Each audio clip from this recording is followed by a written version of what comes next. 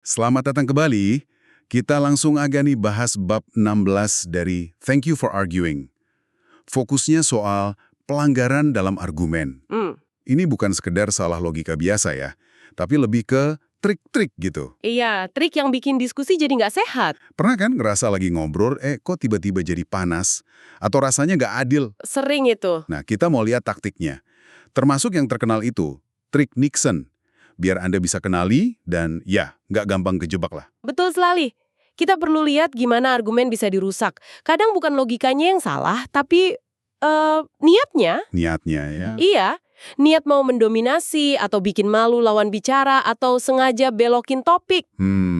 Penting banget ini dikenali, biar obrolan bisa tetap fokus ke solusi, bukan jadi ajang serang-serangan. Oke.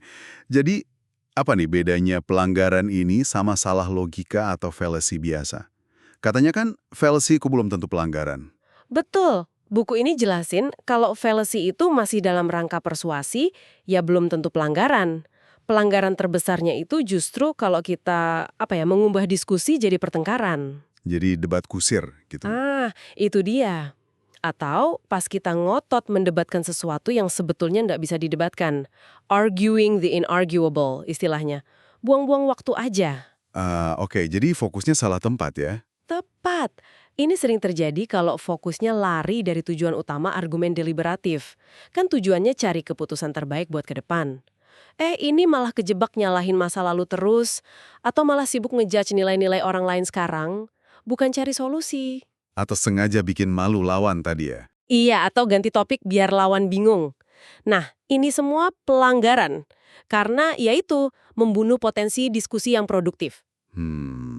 Masuk akal. Nah, salah satu yang licik banget nih, innuendo. Sindiran halus tapi nusuk. Oh iya, innuendo. Contoh di buku itu loh, bos bilang, wah tumben rapi pakai dasi hari ini. Padahal kita selalu pakai dasi.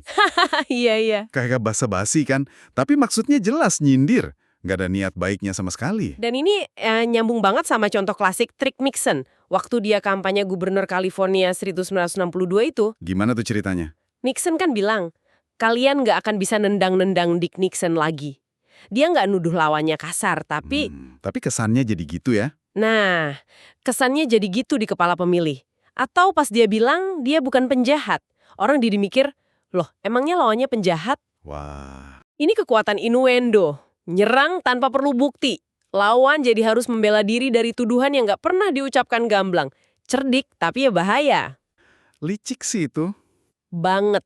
Selain sindiran halus, ada lagi nih yang kayaknya relevan banget sekarang. Truthiness. Truthiness. Istilahnya Stephen Colbert ya? Iya, kecenderungan kita percaya sama fakta yang rasanya bener aja di hati. Bukan yang didukung data atau sains. Emosional berarti ya? Betul.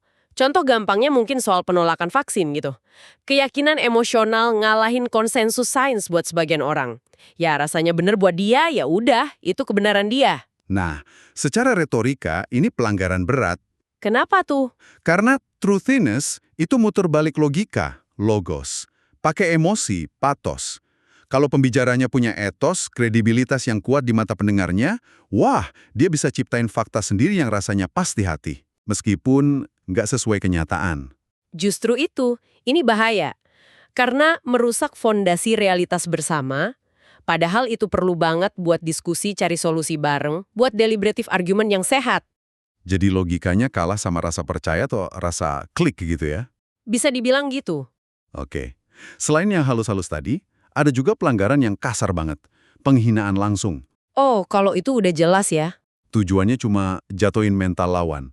Bukan argumennya. Kayak kutipan dari The Simpsons di buku, nggak kamu nyetir di bawah pengaruh. Pengaruh jadi orang brengsek. Ya, itu jelas bukan argumen. Cuma maki-maki aja, serangan personal. Jauh dari diskusi sehat lah ya. Jauh banget. Semua taktik ini, mau innuendo ala Nixon, truthiness yang ngandelin perasaan, penghinaan, atau sekedar debat kusir masa lalu, intinya sama aja. Menghentikan kemungkinan kita mencapai kesepakatan atau solusi terbaik. Argumennya jadi panggung pamer kuasa, atau pembenaran emosi, atau cuma adu mulut. Jadi, jelas ya, Mengenali pelanggaran retorika ini bukan cuma soal hafalin istilah logika, tapi lebih ke membaca niat di balik kata-kata. Betul. Trik Nixon, jebakan truthiness, atau sekedar bikin suasana panas, itu semua ngerusak tujuan baik dari berargumen. Kalau kita udah bisa ngenali polanya, wah, itu langkah pertama biar nggak ikutan kejeblos. Penting banget diingat, tujuan argumen yang sehat itu kan bukan sekedar menang pakai cara apapun, tapi gimana kita bisa capai pemahaman bersama atau keputusan terbaik buat ke depan. Setuju. Dengan mengenali taktik-taktik kotor ini, Anda jadi bisa lebih fokus, jaga percakapan tetap di relnya, tetap konstruktif. Nah, sebagai penutup nih, coba deh Anda renungkan sebentar. Dari semua taktik pelanggaran ini, mana sih yang paling sering Anda temui akhir-akhir ini? Entah pas ngobrol biasa atau mungkin di media. Coba perhatikan deh.